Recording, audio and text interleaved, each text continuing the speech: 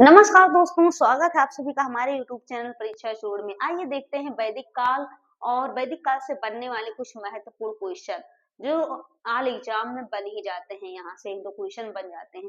तो पहला क्वेश्चन हमारा है, वेदों की संख्या कितनी है? तो वेदों की संख्या 4 है।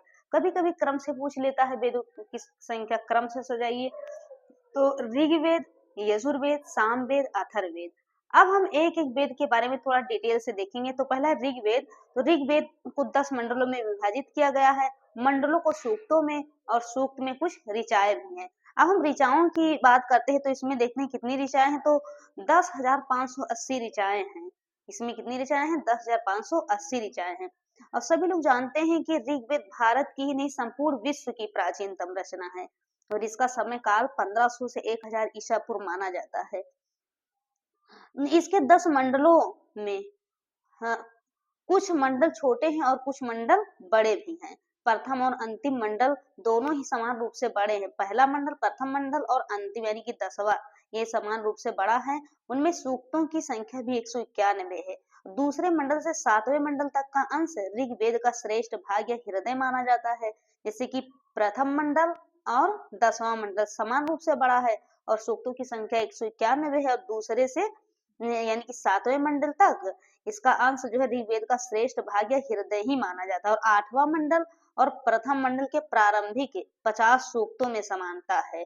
9वां मंडल सोम को समर्पित है और 10वें मंडल में प्रथम मंडल की सूक्त संख्याओं को ही बनाए रखा गया है। इसलिए इसे क्या कहा जाता है कि सर्वाधिक प्राचीन वेद है। और सर्वाधिक अगर प्राचीन वेद ये है तो ऋग्वेद से आर्यों की राजनीतिक प्रणाली में इतिहास के विषय में भी जानकारी यहीं से प्राप्त होती है। अब देखते हैं हम यजुर्वेद के बारे में। यजुर्वेद जो है हिंदू धर्म का एक महत्वपूर्ण श्रुत धर्म ग्रंथ और 4 वेदों में से एक है। यजुर्वेद 4 वेदों में से एक है। इसमें जो रचना किया गया है इसमें गद्य पद रचना यानी कि इसमें जो मंत्र हैं ये गद्य और पद दोनों में हैं।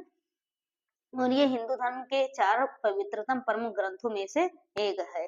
और इसमें देखा जाए तो इसमें 663 मंत्र पाए जाते हैं यजुर्वेद में। फिर भी इसे ऋग्वेद से अलग ही माना जाता है। यजुर्वेद मुख्य रूप से एक गद्यात्मक ग्रंथ है। यज्ञ में कहे जाने वाले गद्यात्मक मंत्रों को यजुस कहा जाता है, यानी कि जो मंत्र कहता है उसे यजुस कहा जाता है। यजुर्वेद के पद्यात्मक मंत्र वेद या अथर्ववेद से लिए गए हैं। इसमें स्वतंत्र पद्यात्मक मंत्र बहुत कम हैं। यजुर्वेद में 2 शाखाएं हैं जिसे कहा जाता है, पहला कृष्ण यजुर्वेद और दूसरा है शुक्ल यजुर्वेद। अब थोड़ा सा इसमें और देख लेते हैं कि इस वेद में अधिकांशतः यज्ञ और हवनों के नियम का विधान है। यह ग्रंथ जो है यजुर्वेद ये कर्म कांड प्रधान है। यहाँ तक कि माना जाए इसमें ये जो होता है गायत्री मंत्र और मृत्युंजय इसी में ही है। इसी में इसका वर्णन किया गया है यजुर्वेद में ही। और यजुर्वेद को 5 शाखाओं में विभाजित किया गया है जो काठक कहलाता है, कपिस्थल, मैत्रियाणी, तैतरीय और वाजस नेमी कहलाता है। अब देखते हैं, ये मानकर चलिए कि जो यजुर्वेद है ये गद्यात्मक और पद्यात्मक कर्म कांड प्रधान ये है। इसमें अग्निहोत्र, अश्वमेध यज्ञ, जप और सोम यज्ञ, राजस्व ये सब इसी में वर्णित है यजुर्वेद में। अब हम तीसरा वेद देखते हैं, सामवेद। सामवेद एक गेय ग्रंथ है, यानी कि ये संगीत का वेद भी कहा जाता है इसे सामवेद को। और इसकी शाखाएं जो हैं इसमें शाखाएं 1001 शाखाएं हैं, परंतु आजकल 3 ही प्रचलित हैं, जैसे कि कौथुमीय, जैमिनीय और रामायणीय। इसको पूर्वार्चिक और उत्तरार्चिक में बांटा गया। पूर्वार्चिक में 4 कांड हैं। पूर्वार्चिक में आग्नेय कांड, इंद्र कांड, पवमान कांड, आरण्य कांड। और 4 कांडों में कुल जो है 640 मंत्र भी हैं। और फिर महानामयार्चिक के 10 मंत्र हैं। यानी कि इस प्रकार पूर्वार्चिक में कुल मंत्र की संख्या देखा जाए तो 650 मंत्र हो गए और 6 प्रपाठक हो गए। और फिर उत्तरांचिक में 21 अध्यायों में बांटा गया है उत्तरांचिक को। इसमें 9 प्रपाठक हैं, 1225 मंत्र हैं। कुल इस प्रकार सामवेद में कुल मिलाकर अगर देखा जाए सामवेद में तो 1875 मंत्र हैं। इसमें अधिकतर मंत्र ऋग्वेद से ही लिए गए हैं। इसे उपासना का प्रवर्तक भी कहा जाता है। सामवेद को उपासना का प्रवर्तक भी कहा जाता है। आकार की दृष्टि से देखा जाए तो सामवेद जो है सबसे छोटा माना जाता है और इसमें 1875 मंत्रों में से 69 मंत्र को छोड़कर सारा मतलब ऋग्वेद का ही है।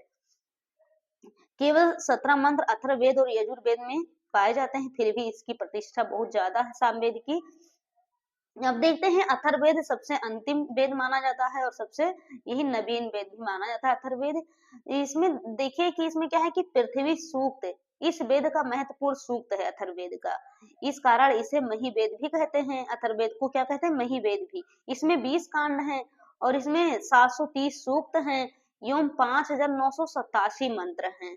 अब महत्वपूर्ण विषय अथर्ववेद का ये है, ज्यादातर क्वेश्चन पूछता है कि जादू टोना तंत्र मंत्र झाड़ फूक औषधि प्रयोग ये सब किससे संबंधित है, तो ये सब अथर्ववेद से है। अब देखते हैं क्वेश्चन पर आकर देखते हैं, ये तो चारों वेद थे, चारों वेद के बारे में हमने अच्छे से देख लिया थोड़ा डिटेल में। अब देखते हैं क्वेश्चन कि पहला क्वेश्चन तो हमारा था यही वेदों की संख्या, तो चारों वेदों को हमने क्रम वाइज बता दिया है और उसके बारे में थोड़ा सा डिटेल से बता दिया है। अब क्वेश्चन हमारा अगला क्वेश्चन है कि ऋग्वेदिक कार्यों का मुख्य व्यवसाय क्या था, तो ऋग्वेदिक कार्यों का मुख्य व्यवसाय था पशुपालन। पूर्व वैदिक या ऋग्वेदिक संस्कृति का काल, वो तो जब हम ऋग्वेद पढ़ा रहे थे तभी बताए थे, उसका समय 1500 से 1000 ईसा पूर्व तक। उत्तर वैदिक संस्कृति का काल किसे माना जाता है, तो उत्तर वैदिक काल का समय काल माना जाता है 1000 ईसा पूर्व से 600 ईसा पूर्व तक। अगला क्वेश्चन है वेदांत किसे कहा जाता है, वेदांत कहा जाता है उपनिषदों को। भारतीय संगीत का आदि ग्रंथ किसे कहा जाता है, तो भारतीय संगीत का आदि ग्रंथ सामवेद को कहा जाता है।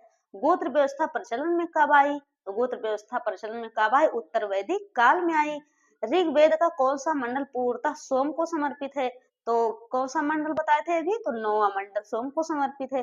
पुराणों की संख्या कितनी है, तो पुराणों की संख्या 18 है। ऋग्वेद का वह कौन सा देवता है जिसका 250 सूक्तों में वर्णन मिलता है, तो किस देवता का वर्णन मिलता है, इंद्र का। किस वेद की रचना गद्य एवं पद दोनों में की गई है, तो किस में की गई है बताए थे, यजुर्वेद में की गई है। ऋग्वेदिक काल में समाज का स्वरूप किस प्रकार का था, तो ऋग्वेदिक काल में समाज का स्वरूप जो था वो मात्र सत्तात्मक नहीं था, जबकि कैसा था, पितृ सत्तात्मक था। आर्य शब्द का शाब्दिक अर्थ क्या है, तो आर्य शब्द का शाब्दिक अर्थ है श्रेष्ठ या कुलीन। नेक्स्ट क्वेश्चन है कि ऋग्वैदिक काल में विनिमय के माध्यम के रूप में किसका प्रयोग किया जाता था, यानी विनिमय के माध्यम से रुपया पैसा या क्या कहते हैं धन दौलत नहीं दिए जाते थे, जबकि विनिमय के माध्यम के रूप में प्रयोग किया जाता था गाय का प्रयोग किया जाता था विनिमय में। भारत का राष्ट्रीय वाक्य सत्यमेव जयते कहाँ से उद्धृत है, तो सत्यमेव जयते उद्धृत यानी कि लिया गया है मुंडकोपनिषद से।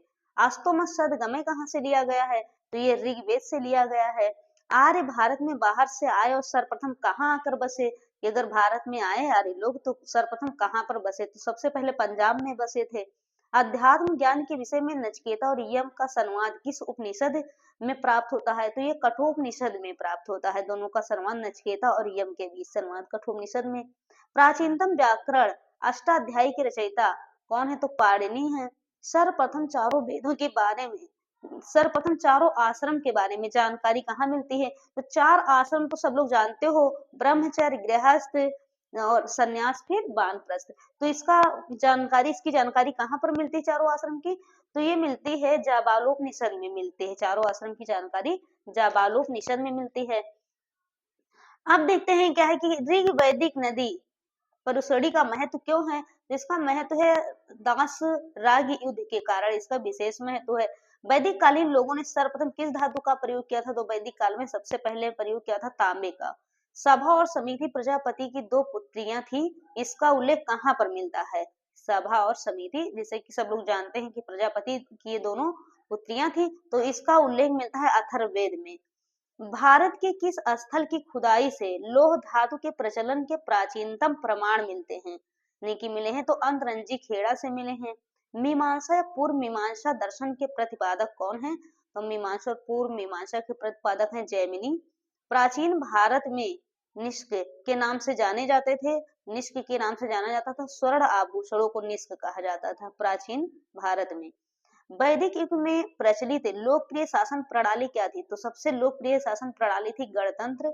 गायत्री मंत्र की रचना किसने की थी, तो गायत्री मंत्र की रचना किया विश्वामित्र ने। आकार में थोड़ा सा और देखते हैं क्वेश्चन कुछ इंपॉर्टेंट, कि आकार में चारों वेदों में सबसे छोटा वेद क्या है, तो सबसे छोटा तो साम वेद है। अगर छोटा जान ले तो बड़ा जान लेते हैं कि चारों वेदों में सबसे बड़ा वेद कौन सा है, तो ऋग्वेद है। सबसे प्राचीन वेद कौन सा है, तो ऋग्वेद है। सबसे नवीनतम वेद कौन सा है, तो अथर्ववेद है। आर्यों के मूल निवास स्थान के बारे में सर्वाधिक मान्य मत किसका है? तो मध्य एशिया के बैक्टीरिया का। अब हम यहीं पर समाप्त करते हैं अपने क्वेश्चन को और मिलते हैं नेक्स्ट वीडियो में। तब तक के लिए दीजिए इजाजत। जय हिंद, जय भारत।